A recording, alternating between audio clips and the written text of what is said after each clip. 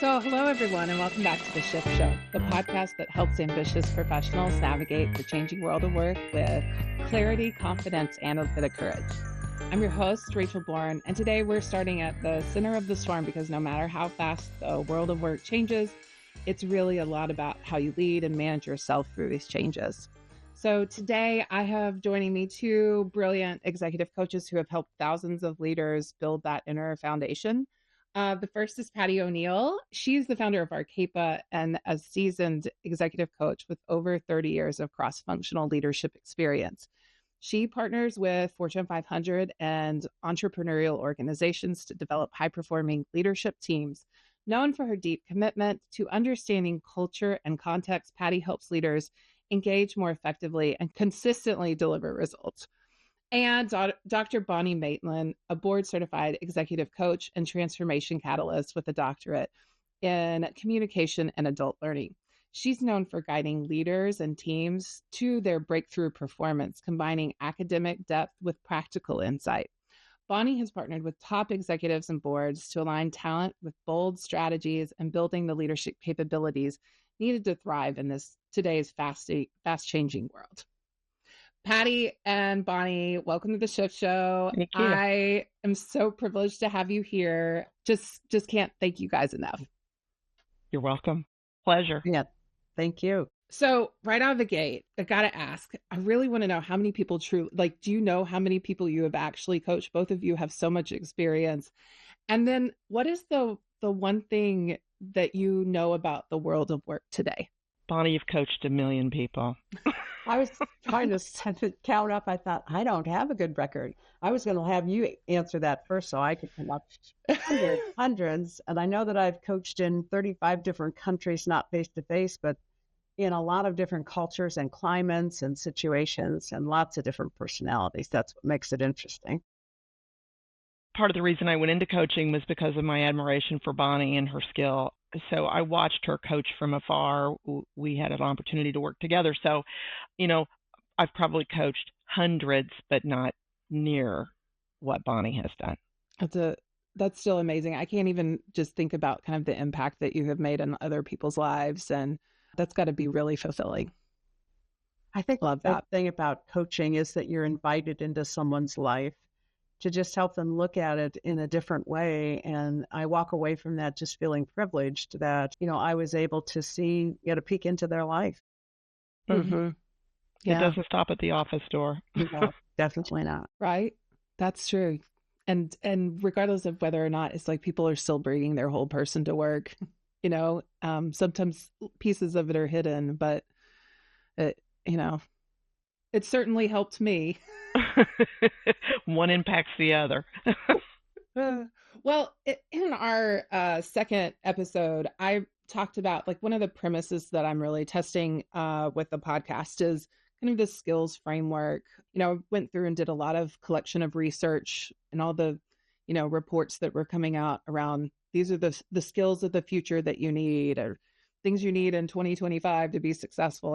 And it really kind of came down to about 19, 20 different skills. And I put them in this, matrix where I was really thinking between humans and systems, right? Or technology systems, because I think there really are human systems, but it's that human to technology component and this management of self to others, right? On the continuum. So we're really going to dive into that self and human quadrant in the matrix today. I'm calling it self-mastery and resilience, but self-management. And it's really just kind of how you are helping your own self navigate through all of these changes. Uh-huh. Before we fully jump in with that, though, I did ask my LinkedIn crew. I was like, got some really amazing executive coaches. What do you want to know? And one of the most interesting ones kind of just came in from Sandy. I thought it just framed the whole conversation today. And she asked, what skills are the most valuable for effective leadership today? And I just would love to know your perspective on skills. Well, I'll go first. I think we hear a lot about vulnerability. And I believe that's certainly what, followers want from leaders is they really want to see that human to human contact, that someone is vulnerable to share how they're thinking and feeling.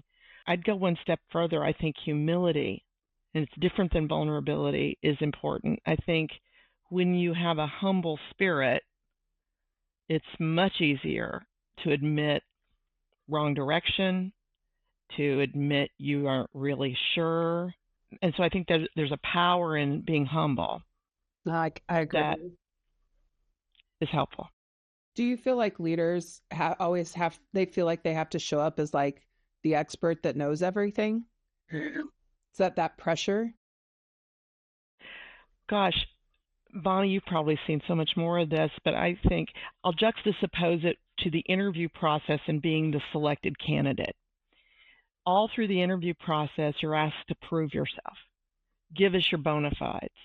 What are your skills? How do you handle this? And then you get into the organization and they want you to hush up about that. They want you to see them. And so I think there's that interesting part of that shift that happens. I think it's very similar. Interesting. You've got to be vulnerable and see the landscape as it is. I often ask leaders, when you think about an amazing leader, describe who that is. And I think a lot of it goes back to things that Patti said. It is that they are supportive, they're humble, they're other-focused. When I think of some of the key skills, I think of curiosity. If I could create a curiosity hat and give it to everyone, I would. Because if I can remain open and curious about things, wonder what's going on here, wonder why they're reacting that way, wonder what this situation is really about, and I add a dose of positivity to it, and then surround it with a learning attitude that I don't know everything. I'm here to learn and observe and be in this situation. It kind of covers a number of things that I think we're going to talk about today. But at the core of it, if I can just be who I am, be open, curious, and other focused, that will help me be a bit more effective. Oh, interesting. Well, I certainly couldn't frame that any better as we kind of jump into this, because the first question in particular I'd like for us to talk about, and Patti, this phrase gets tossed around a lot, but in your coaching, what does real growth mindset actually look like in practice? Well, Bonnie's point, I would pull on the curiosity. A growth mindset has within it a basic human curiosity, meeting challenges with curiosity, stepping outside our usual paths for solving problems. I think that growth mindset, it's interesting. It kind of reminds me of New Year's resolutions. What do I want to get better at? What do we need to be more of? And that might come from an alignment with our stakeholders, and not me-centric, but as Bonnie mentioned, others. I think often stakeholders will tell you what will delight them if you'll ask and listen. I think that makes a lot of sense, but a lot of times you're getting so many inputs. And as a leader, like Bonnie, what do you say to someone who might get overwhelmed by that? And whether it's like, sometimes in that growth mindset, it's also like, I need to grow, I need to change, my team needs to grow, I need to change. They can get stuck or feel overwhelmed. Like, how do you get someone kind of through that? Well, I think first you step back and take a breath, because there are so many different things coming at us all at once. And sometimes we just have to step back and pause. And in the pause, do a little bit of reflecting. If you're overwhelmed, and I see so much of that today, I think you have to start to list everything that's on my plate. Most people are trying to deal with a buffet-sized plate with a dinner plate capability. I mean, we can only handle a dinner plate, but we have a buffet plate. So there's a lot spilling over. And I think there's a moment where you have to step back and say, what is really important? What is most important to do? And is it most important for me to do it? And how joyful am I doing that? Because there are a lot of things that we do that are not joyful. And if I can do the things that I'm best at and I like doing, I'm going to be better at those things. And there are a lot of other people who can do some of the things that I'm doing. If I can do what I'm doing in my sleep, I shouldn't be doing it. Somebody else. That's interesting. Yeah. Bonnie helped me, and she probably doesn't even know this, but I used to put on my credenza a Post-it note that says, is it me? Is it now? Yeah. I used to train myself to say, what learning opportunity am I depriving someone else of because I'm doing it myself? And especially if it's something I could do in my sleep. I need, to let other people do it. So I think it is being intentional and choiceful and doing the things that are most important. And so many of us are perfectionists, and we want to do it all, and we want to do it all well. And we just have to let go of some of it. So when you're stuck or overwhelmed, I think stepping back, taking a breath, and saying, what's the most important thing that I need to be doing? So on the other end of the spectrum of growth mindset, you have this kind of fixed mindset, right? So what do you say to the leaders like, you know what, this is me. This is what you get. That's what you hired, right? That's not a safe place to be. Not in this changing dynamic space, but it is a challenging mindset to get to, especially when you get like more, senior in your career and you have learned a lot of the lessons. You may feel pretty entitled to what you think the direction is too, right? Especially when you're an expert. I might ask them, how's that working out for you? Yep. Maybe there's a reason why I'm coaching you. Yeah. Yeah. I think when you get stuck, you have to ask yourself if you're stuck in the knowing. Are you in a learning mode or are you in a knowing mode? And confidence comes from experience and learning, and you've had these experiences before, you use them. I'm certainly not suggesting you throw those over the wall and don't pay attention to them, but what else? It's interesting, if you look in history, you'll see that the ice chest manufacturers, the ice box, didn't become the refrigerator makers. The buggy whip makers did not become the steering wheel makers. We don't curve jump very easily, as Guy Kawasaki says. We kind of hang on to Smith Corona made typewriters and not computers. Yeah, there's some great examples out there of those who held on to the old too long and the window of opportunity passed by. And I have a list of the companies that are no longer, that are such a shock because they were the steady state companies, but they missed that learning opportunity. They weren't paying attention to what the world is like today and what people need today, as opposed to what worked in the past. So I think in that fixed mindset, we settle into what has worked, and we aren't aware that the world is changing around us so quickly. It's hard to even keep up with what people need or want right now. Well, and that's actually a really good point, because I think with this, how dynamic things are changing and how at the speed of digital now, right? This kind of lifelong learning is becoming a huge advantage. How fast can you learn? How fast can you adapt? But you hit on it, I think, a little bit earlier, Bonnie. I'd love both of you to comment on this, but when you're leading these people through some of these transitions, I think we also are seeing more pushback because of burnouts. People are just assimilating so much, and then you have kind of the social media onslaught. Like, there's just information everywhere. What separates the people who bounce back versus those who burn out? I think some of it goes to really understanding at your core, what is your passion? What is your life goal? What is it that you really want to be doing? I do a lot of life planning, which is not life coaching, life planning, where you're really thinking about what is at the core of me. What are my core values? What is my life goal? What is it that I really want to be doing? And when you understand that, I think it's easier to be resilient and to bounce back and to be choiceful. So it took me a long time to discern mine and to figure it out, but I really like to help people do what they are capable of doing, being more than they're capable of doing, and to connect what they love to do with what they're doing.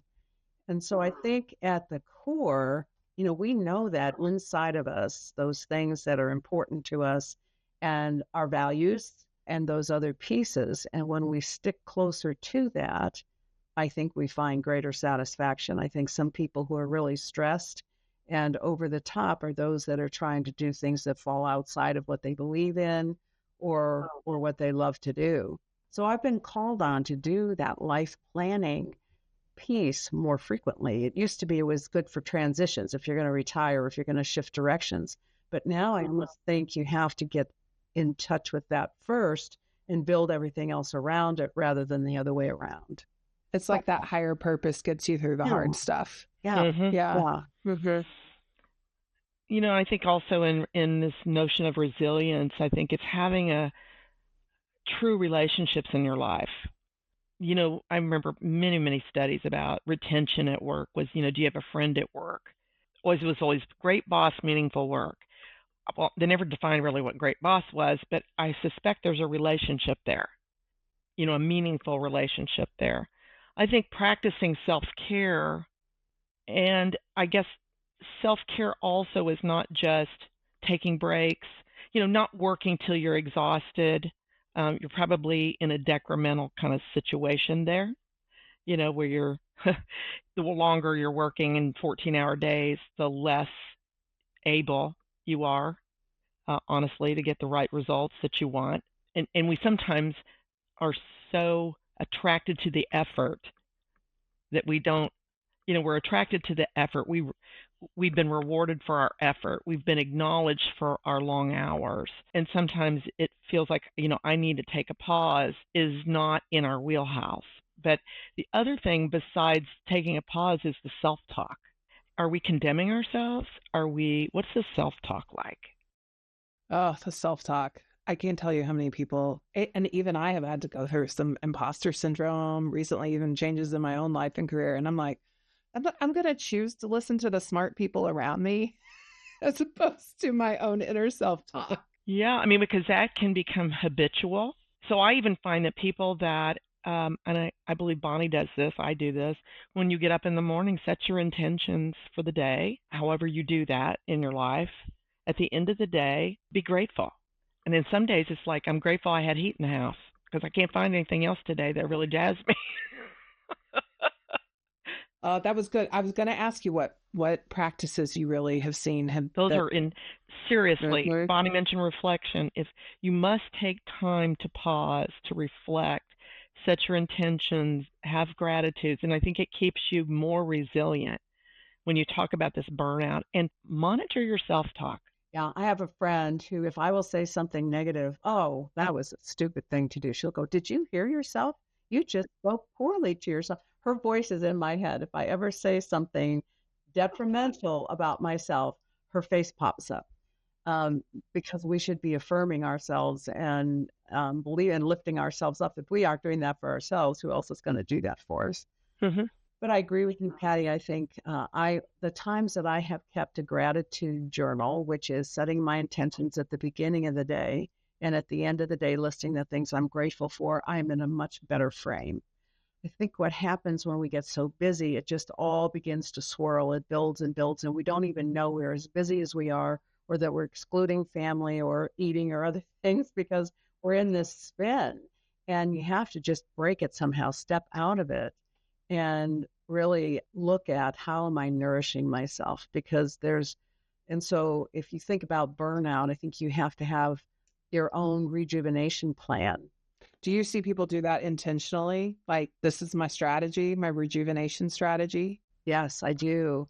And I think it is the whole practice of looking at myself personally. What personally am I going to do, such as clean eating, taking time with family, putting some boundaries around what it is that I'm doing. And so having an actual plan that you can go to is most helpful. Bonnie helped me years ago to do a life plan, and I picked a time frame of 10 years. We're at the end of 10 years, Bonnie, I think. Are we really? Oh, my. And what's interesting is the 3 goals I set for myself, I did. Awesome. Good for you. Good. Yeah, I followed the plan.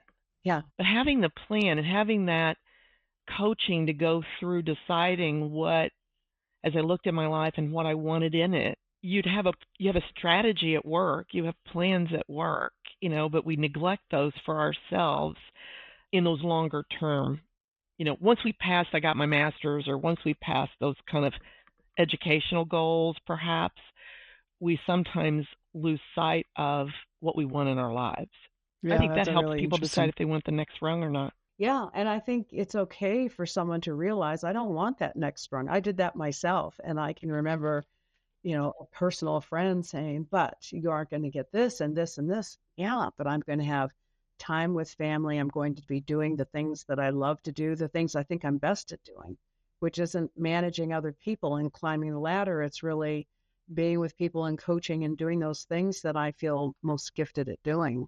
How can you tell the difference between needing to just reframe something, right? When it's sort of like if it's just really a self-talk or they need a full reset. Like, Rachel, maybe managing people isn't your thing, right? Maybe you need to go look at that. Is there like a line in the sand that you guys can have seen? I kind of see them as kind of opposite of what you just said. It feels like to me a reset is like you've got the path, you just need to start over, or you need to do it again. Maybe something came up or some factor presented itself you have to make an adjustment for. But the reset to me is almost a reboot. Reframing to me goes to the balcony. I need to look at this play differently. How am I viewing the actors from a distance? I was this character in the play. Now, if I went to the balcony, what's going on in the play? I think the panoramic view comes into reframe, and I think often we should be seeking out others in reframe. What do they see? You don't have to do all this alone. That point of view from others and how others are seeing and experiencing it for me has been, Patti, you did this with me. It was incredibly impactful. I think that's what people miss in coaching is, some people think it's a rehab job. Some people may see it as therapy, all kinds of misnotions about what is and is not coaching. But I think that whole opportunity to see yourself freshly, lay things down that are no longer serving you or serving the organization or going to get the problem solved is really powerful because we're creatures of habit. We have patterns. Those ruts in our brain are real. We run down the ruts. Bonnie, we've talked a lot about change, and we are living in constant transformation. How can professionals develop more agility in how they handle this change personally, especially when it does feel sometimes really relentless? It does. I think for me, one of the important things is to be intentional, just to be choiceful, decide what is it that I'm going to focus in on? And with all of that noise all around, how do I really zero in on the things that are more important? So agility isn't flexibility, because if you're flexible, you can bend and bend and bend and break. I think it's flexibility with intelligence. It's being clear about what you're choosing to do or not do, how you're going to show up. And so there's some intentionality there. And I think it goes back to that learner mindset too. I have to figure out what's the right thing in this situation and adapt appropriately, but again, keeping myself intact. Yeah. Do you feel, Patti, like agility is a personality trait, or do you feel like this is a skill you can develop? Oh, it's a skill you can develop, I think. I think some personalities are more agile than others, naturally maybe. But I think to Bonnie's point is that there's this notion of being intentional. And I would say one of the first things I do with my clients, most leaders want to be more strategic or, think further down the road and not be caught up in the tyranny of the urgent. The first thing I always say is, show me your calendar. Oh, I bet that's insightful. Oh, well, you can imagine their calendars.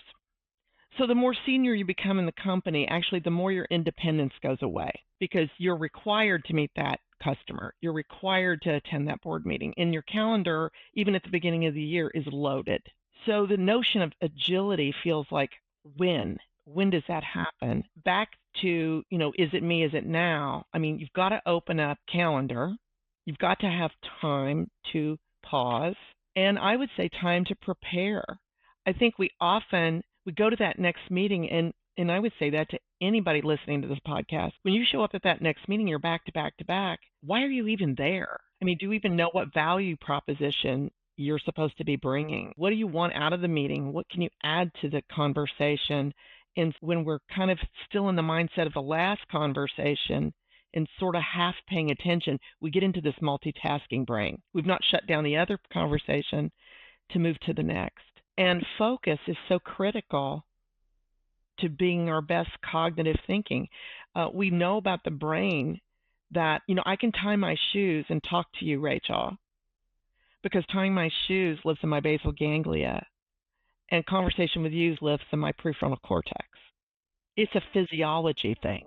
So I cannot have I can't talk to Bonnie and read an email at the same time. Right. And hold them both because they both live on the same stage. And I think that's one of the things about this notion of agility is that it's really deciding when to change my focus.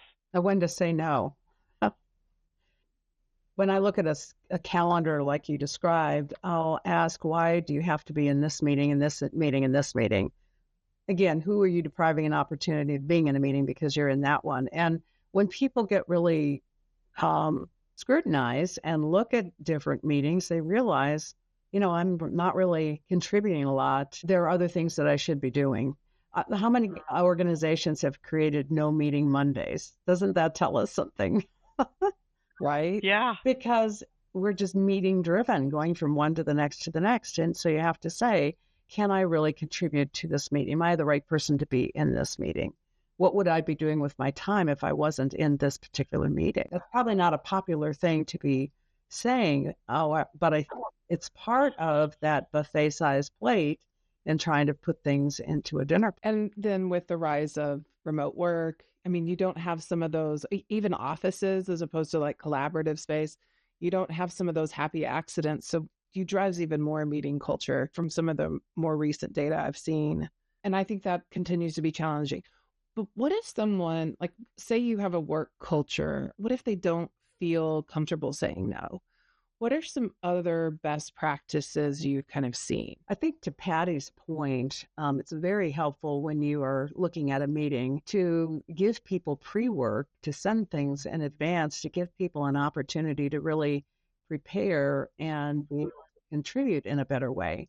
Because when you just show up, and if you're a person who doesn't step forward more than others, then the dominant voices are going to take over. And we may not get the advantage of some of the people who are more silent and need to be invited in. But doing a little bit of pre-work and letting people have some thinking ahead of time, particularly the introverts, I have found they really need that to be able to contribute better in a meeting. Another thing I think is powerful is planning. Mm-hmm. I have the opportunity to look at, if you don't have a planning routine as a professional, you should have one. And your planning routine may not be the same as mine or Bonnie's or yours, Rachel, but it needs to be your routine. Some people plan at the end of the day for the next day. That's when they look at those meetings and say, now, what's my part? They've noticed on their calendar, and I'm not suggesting that's for the big things, but particularly for standing meetings, which are just so dangerous. I remember in the 90s, I took my conference table out of my office and put in cocktail tables, those tall ones. Oh, that's an interesting idea. With no chairs. So people wouldn't stay for very long. That's hilarious. We took care of business. We had standing meetings, meaning you don't sit down. That's a really interesting idea. And it's so funny how these are like kind of tactical changes, but they make big changes. They do. I also had a role where I go talk about tech roadmaps, and then I'd be doing, inclusion strategies. And sometimes it felt like mental acrobatics, jumping from, different layers of tactical, and like going across that, and even about like topics. So I blocked my calendar in more chunks. So like I would have a morning of one-on-ones, or I'd have an afternoon of diversity and inclusion, or some of those pieces, which helped cut down on what I felt was like the acrobatic part that I had to change so much.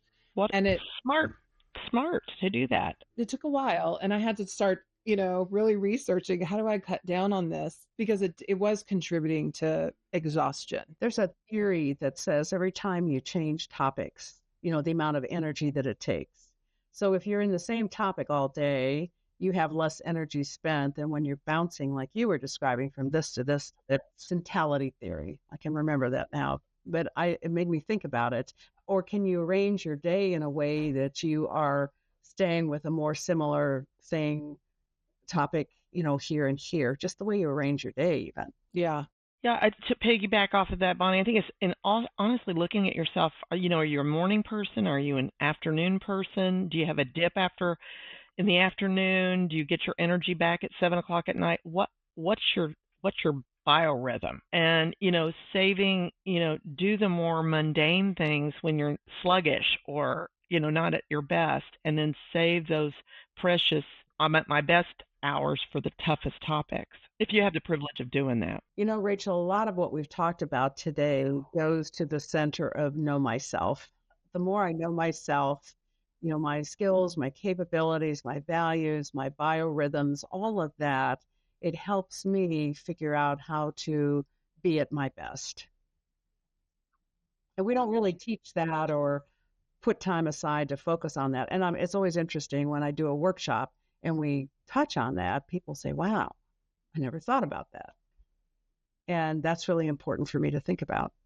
Absolutely. Because if I don't know those things, I cannot manage them. Mm-hmm. Yeah, the self-awareness piece is huge. So the other piece that I would share on that just, I find this to be very helpful.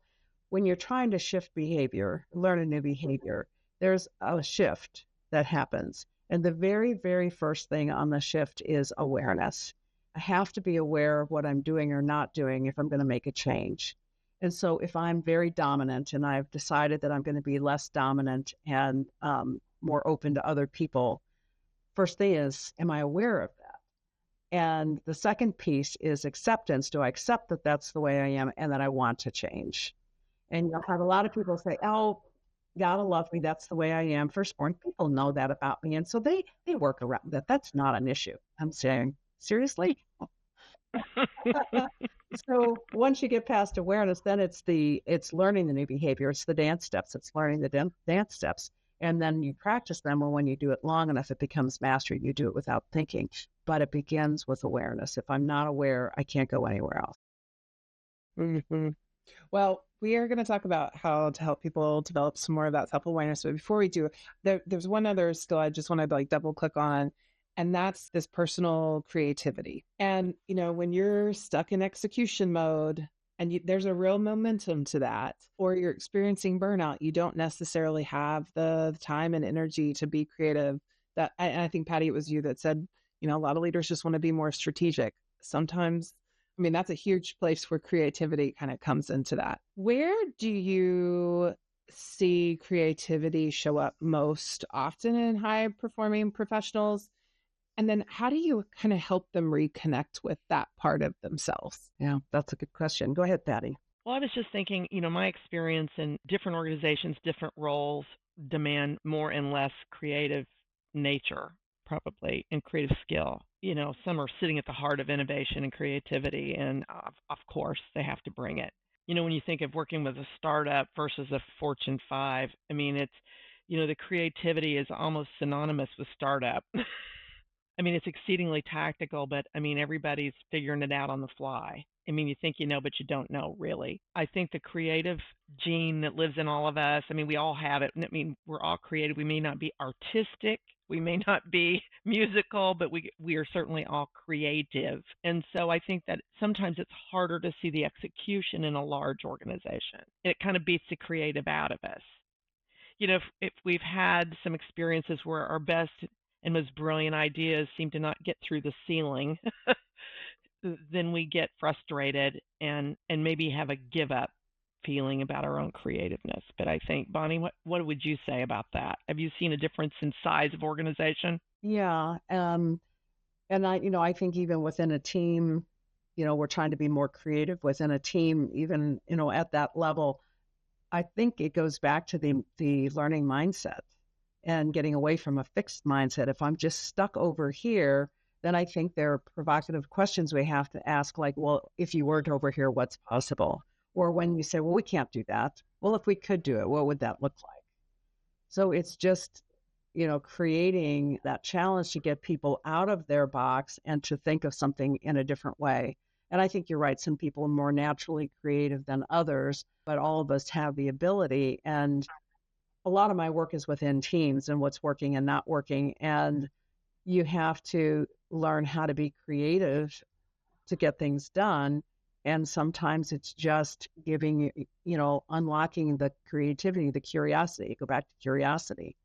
I'm curious if we could do it. If there was one thing we did that was different, what would that be? So I think some of it from a leader level, when you're trying to bring creativity out in others, it's asking those upside down questions. If we could do one thing, or and if you put it in the future, it's always easier to see. So 6 months from now, we are killing it. We have a grand new creative idea. What does that look like? Mm-hmm. I love that. Frame it, it's future mindset. I think that's nice. Mm-hmm. Yeah, the other thing I think too is stakeholder mindset. What would delight our stakeholders? I had a client and had a great example of Procter and Gamble was, they're in this space of products that clean things. And so they were doing lots of focus groups around mopping. And they asked a great question of stakeholders, what do you hate about mopping? So they didn't ask them what they wanted more of. They said, what do you hate about mopping? And across all kinds, either commercial or residential stakeholders and customers, it was the dirty water. No matter what system I have, I got to deal with that stinking dirty water, commercially or whatever.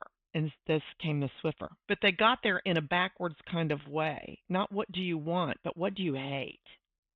What is uncomfortable? What do you dislike? I love that concept. And human-centered design brings that in. Like if you kind of sort of think through your stakeholder experience, one of the tapes that plays in my head is if Henry Ford went and asked his customers what they wanted, they would have said a faster horse.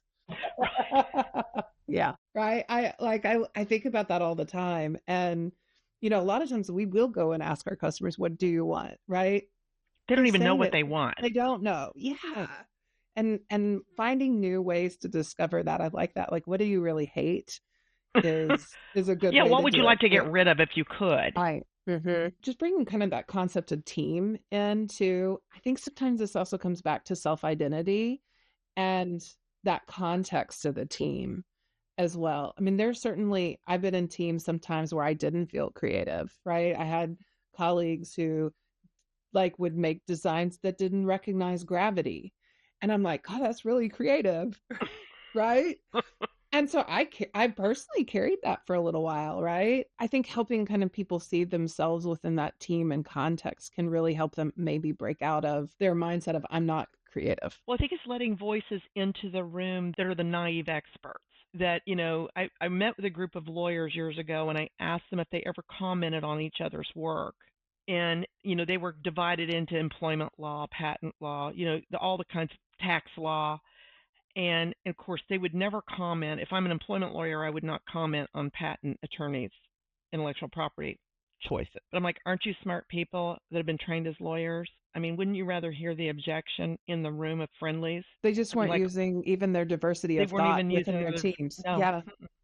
And to me, that lives in this space of curiosity and agility and creativity, is to use everything at your disposal. And it's really shifting from telling to asking. If we could help people shift from telling, where they feel like they're the expert, to asking big, curious questions, that brings out the best in all of us.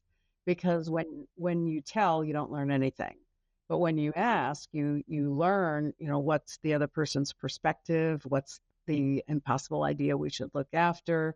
We learn things when we ask questions and listen. Yeah, I think that makes sense. It's also appreciating someone else's style. I might draw a model or a picture of what I think it could look like because I see patterns and connections. Someone else might bring their words and they could apply those words to the picture. I mean, letting people do it in their unique way and not insisting on a format all the time or a regular process of how we do this in our team. Yeah, your way is not always the right way. Mm-hmm.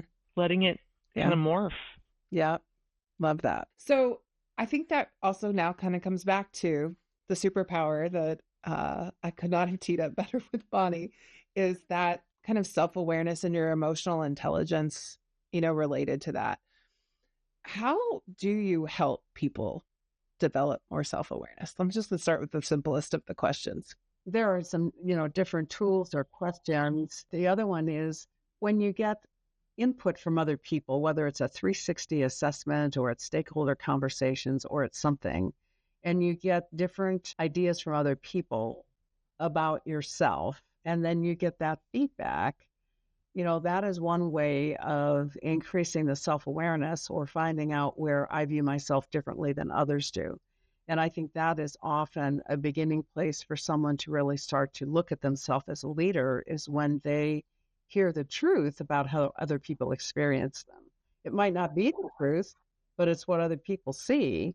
And so to understand it fully, you really need to get into conversation with different people and, open up a dialogue and listen.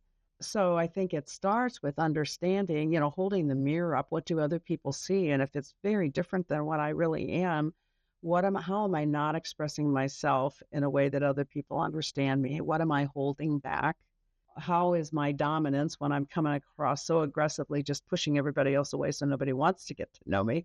So, it's getting those insights into how other people see me and then digesting it and understanding how am I coming forward in a way that presents myself and people see me that way? What do I need to do differently? And some of it is getting back down to just being my authentic self. How do I trust that I am good enough and that I can show up the way that I naturally would show up and that people will accept me for that?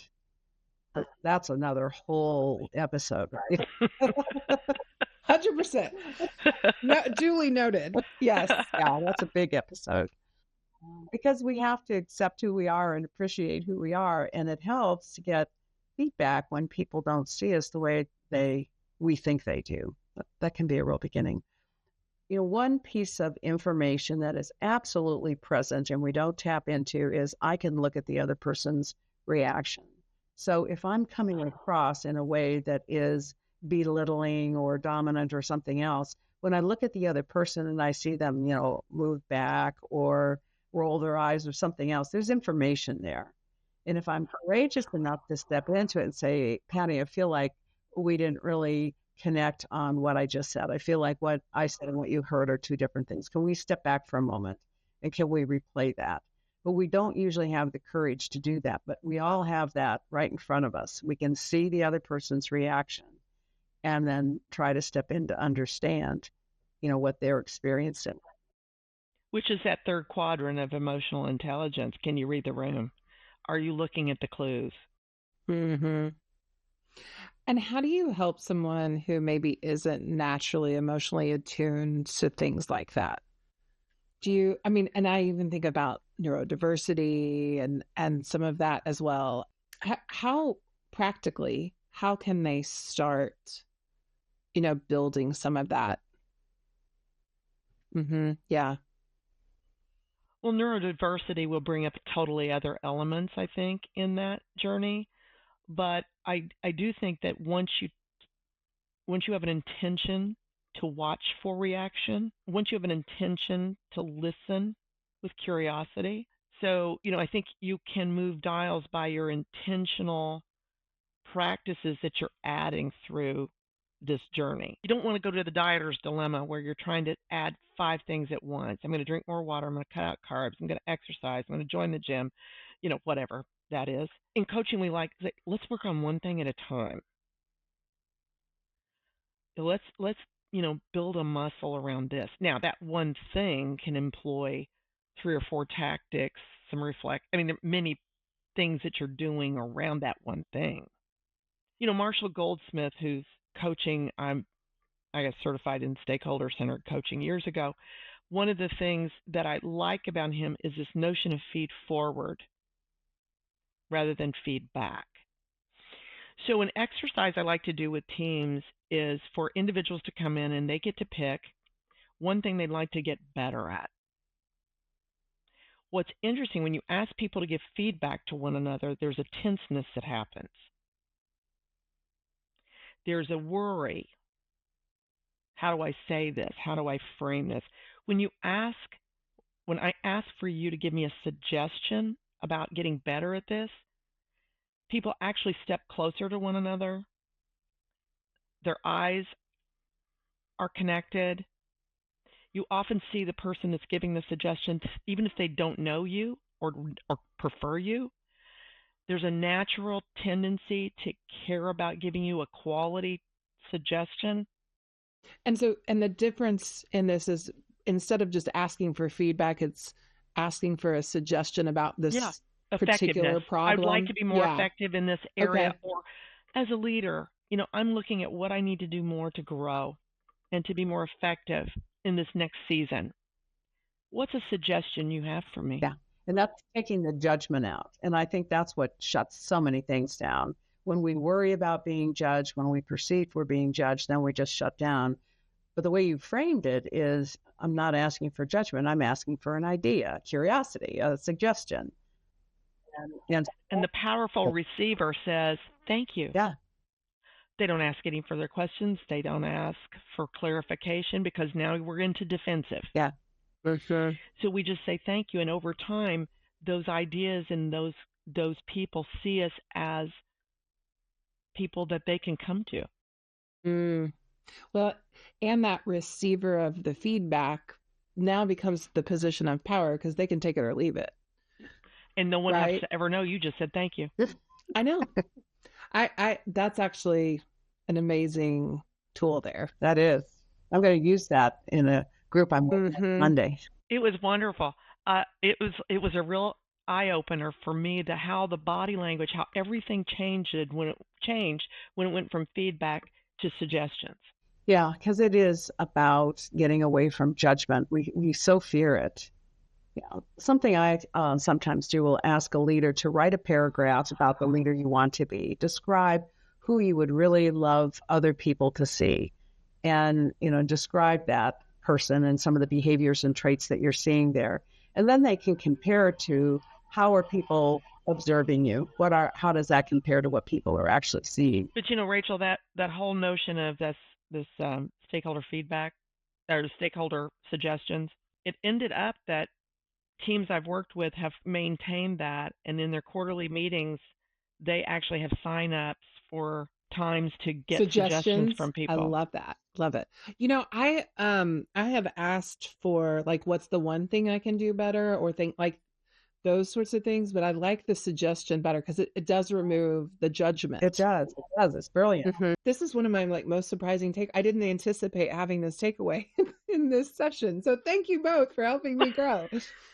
But I'm kind of reflecting, and what's really interesting, like, it's almost like a paradox, like a confidence paradox, and I know that there's a concept of that kind of exists, maybe even the authenticity paradox. Like, you have to feel innately comfortable being vulnerable to ask for this kind of feedback, right? You have to innately have some kind of, base level of confidence to be able to build some of the self-awareness, because that journey can be hard.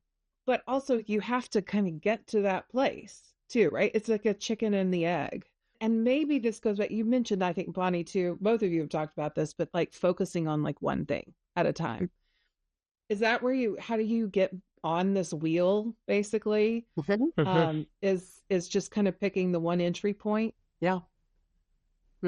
Yes, I think so. I think it can be generated by you, or it can be generated by what you've heard.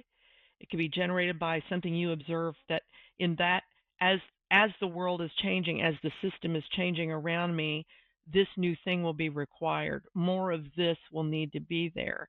And if I say to myself, oh, yuck, maybe that's my place of growth.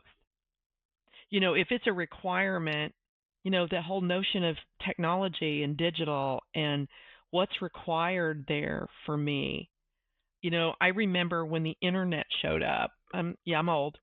And when the internet showed up, there were people that said, I'm not using it. Yeah. Wow. I'm not doing really? that. Oh, Rachel. We had real resistors. I'm not doing that. Yeah. And I'm even older. I remember my mother-in-law, who was, we had a family dealership, and she did all of the accounting and bookkeeping. And she said, when the computer rolls in, I'm rolling out. And the computer rolled in, and she rolled out. She said, I am not truly to learn everything over in an entirely new way. And she was old and able to do that, but there are a lot of young people who are facing new technology, new different things, that they don't have the option of just checking out. They need to lean into it in some way. They don't. But I will say I've been surprised to some of the people that I've kind of run across very recently, whether I was coaching or, just in other interactions in life, and they are not on board with the AI for whatever reason. And I mean, it's AI everything all at once everywhere, right? Mm-hmm. Opposing sometimes. Yeah. Yeah. And it's almost, That's interesting. You almost look at AI as being as big of a change as the internet was. I mean, there's a lot to that. Absolutely. Yeah. Mm-hmm. I do think it's transformational in the same way, maybe almost more like when so. we got cell phones. Yeah. Mm-hmm. Yeah. I mean, real cell phones that were computers in our hands, our smartphones, versus those ginormous things that. Oh, yeah, that look like, this big. Look like walkie-talkies. And I mean, it changed how we lived and worked. Mm-hmm. I have one more final question for you guys. Is there anything that I didn't ask you guys that you feel like you want to just kind of double click on? The notion of self-awareness, there's this notion of reflection that Bonnie mentioned. Yeah. Mm-hmm. The introspection that doesn't come with every personality naturally. Yeah.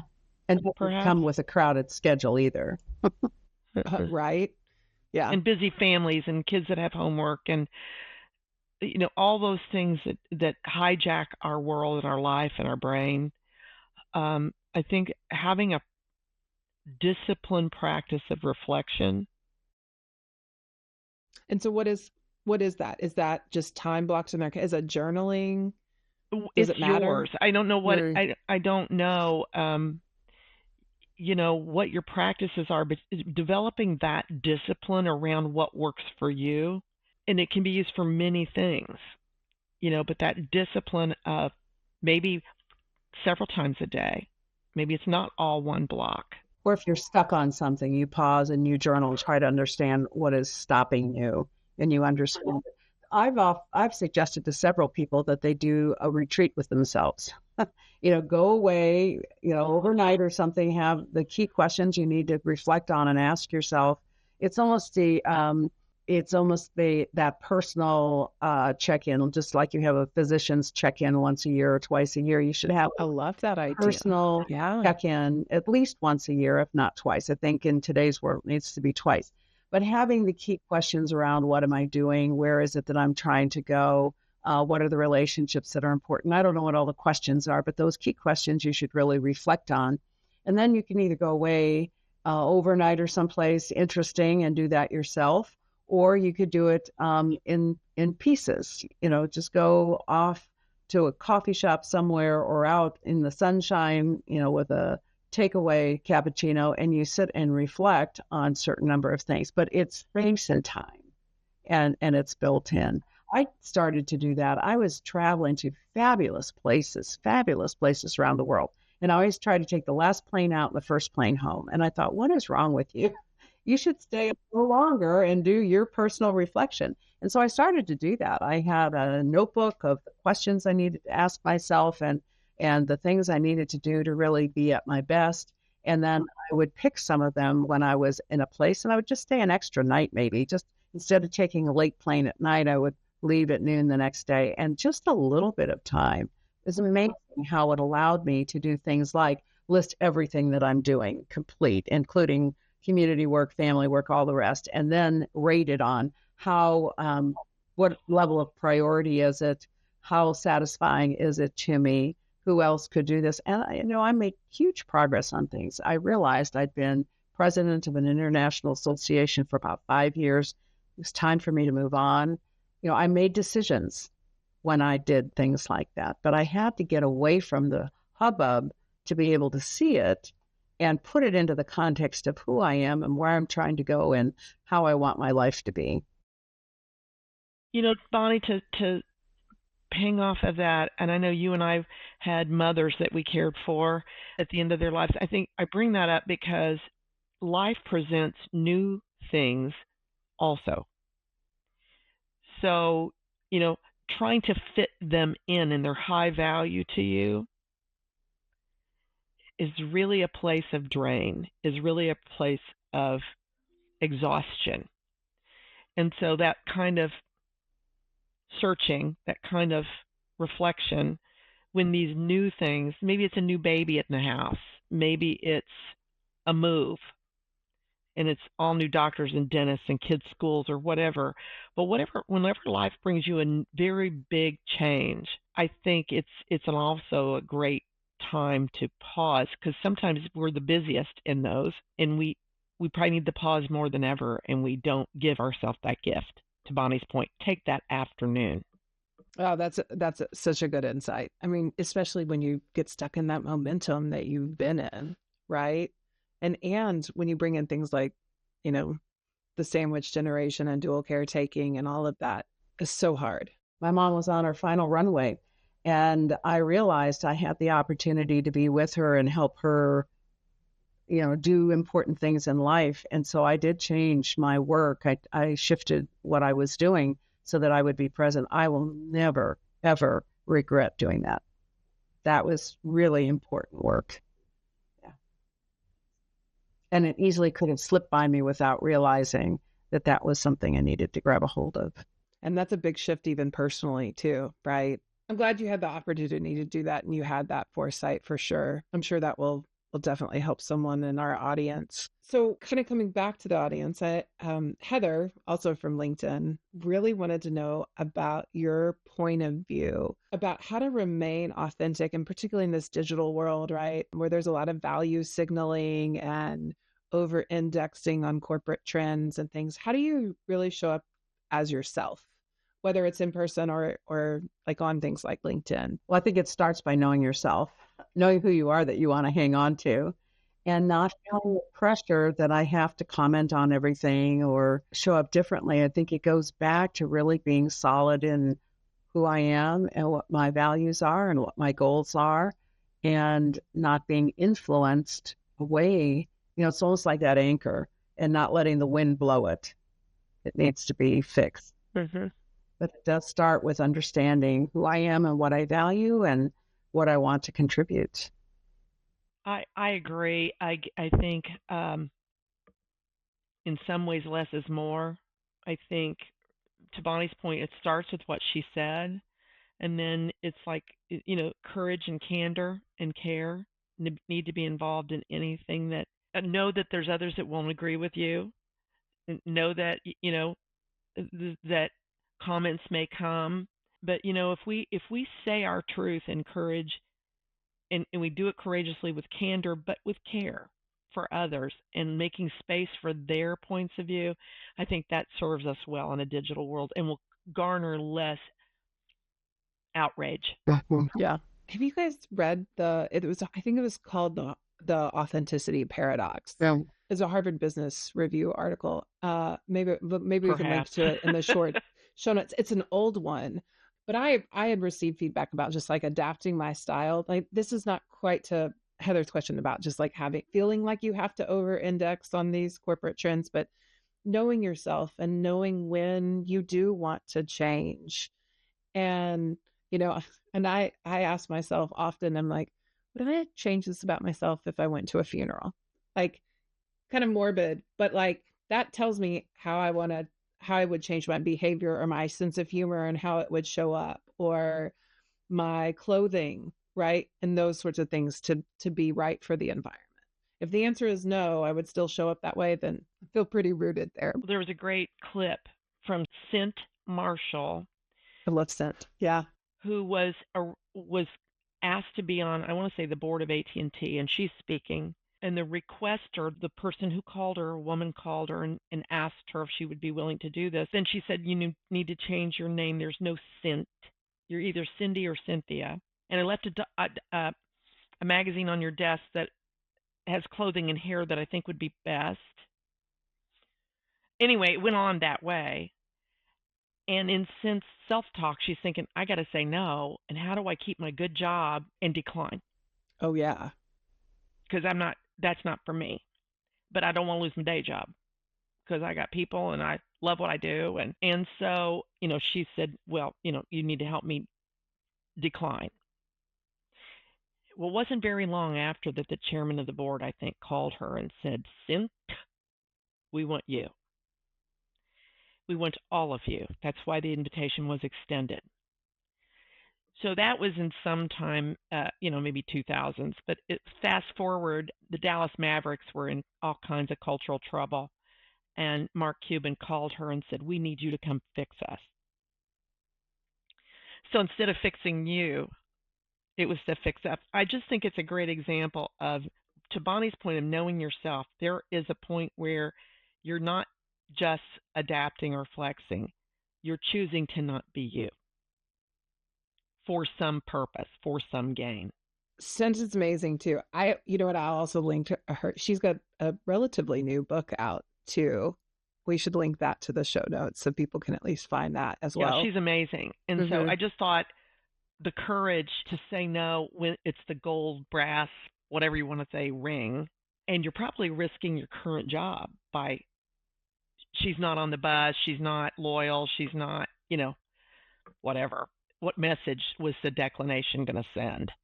Yeah. And if you give in to something that isn't your true self, there are all these things that are going to step in the way of you being successful. When you feel like something isn't right, something is off, often it's because you aren't aligned with your values or your goals or whatever it is. Because if we listen to ourselves, if we listen to our inner self, it will help give us clues about when to say yes and when to say no. When we say yes to something, we're saying no to something else. And so why say yes to something that isn't right? Because we might have just said no to something that would have been very right. A colleague friend of ours gave me a book years ago, and the title was something about Your Best Yes. Oh, yeah, it is Your Best Yes. I think that is the name. Your Best Yes. Awesome. I'm noted.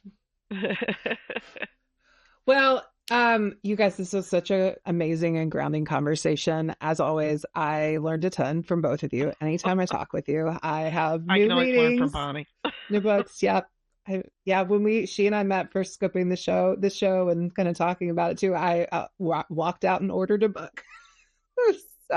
So I thank you very much for just sharing your decades of experience with the audience and with me. It really was a privilege. For those listening, if you do want to work on your personal mastery, I am going to link several of these things that we talked about today in the show notes, and I will probably put together a free resource for folks just to download.